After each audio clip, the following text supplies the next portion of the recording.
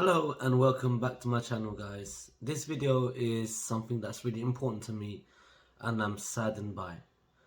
Just a few days ago, me and my best friend, who you've seen in previous videos of mine, Hassan, we decided to travel to Bulgaria from the UK. We were looking for dogs to buy, and as dog lovers, we are keen lovers of Pomeranian dogs.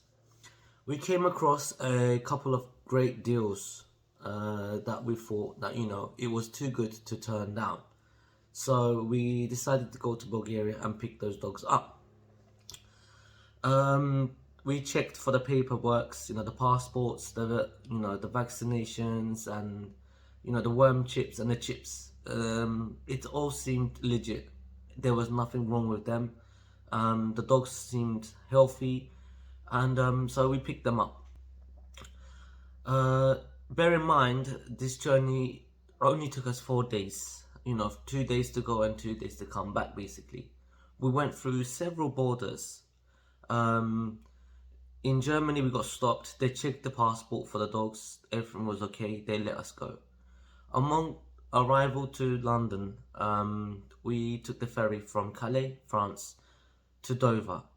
Once we got into Dover, the police stopped us. They searched the car, and as two guys, we thought there's nothing to hide here, let them go on with their jobs. They searched inside the car, they found nothing. So obviously when it came to the dogs, they done some assessments. Bear in mind that we had such a long journey, lack of sleep we were deprived of. They then decided that they need a expert to check on the dogs. They made us wait over an hour just for the dogs to be seen. And once the vet came and assessed the situation of the dogs, he believed that the dogs were underage. And so we thought, we got nothing to hide, no problem. So he weighed the dogs, and then they told us the dogs will need to be then taken into quarantine. Once that was done, we had to sign a few paperworks, and we thought, let's go home. And we had to wait for them to get back to us. In fact, which we did on the 7th of October.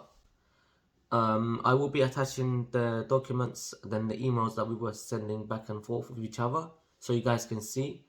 So in one of them, I got an email saying, "Thank you for your email. Please accept this as a confirmation of receipt." Later on the same day, they basically said, "Your dogs will be seen tomorrow morning by a vet who will be making an assessment on their age and ensure they are healthy. Once this inspection has been taken place, we will be in contact about the process going forward." So again, then we thought, we got nothing to hide here. We don't have nothing to worry about here. Let's just wait for the final verdict to come here and we'll go and pick up the dogs. Then we got another email on the 8th of October, which says, "Dear Mr. and Mr. I'll blur out the names here. Your puppies has now been seen by an independent vet and were found to be only 11 weeks old. It is a legal requirement that puppies are at least 15 weeks old and has a valid rabies vaccine before entering the UK. Mind you, like I said before, on the passports, they were at the age to be able to travel. The vaccines were legit. There was nothing fake about them. It was all okay." And basically Dave wrote, "Your puppies do not meet these requirements. The puppies will not be detained in quarantine until compliant to enter the UK. Please see official letters attached which explains non-compliances found and the next steps you should take." I don't want to bore you guys out by reading every single email, but I would just like to say that we've complied to all the rules that they've told us to. We've taken into consideration what was the rules. So there wasn't anything dodgy about any of this. It was such a good deal that I just couldn't, not buy them, basically. I bought 2 Pomeranians and my best friend bought 2 Pomeranians as well.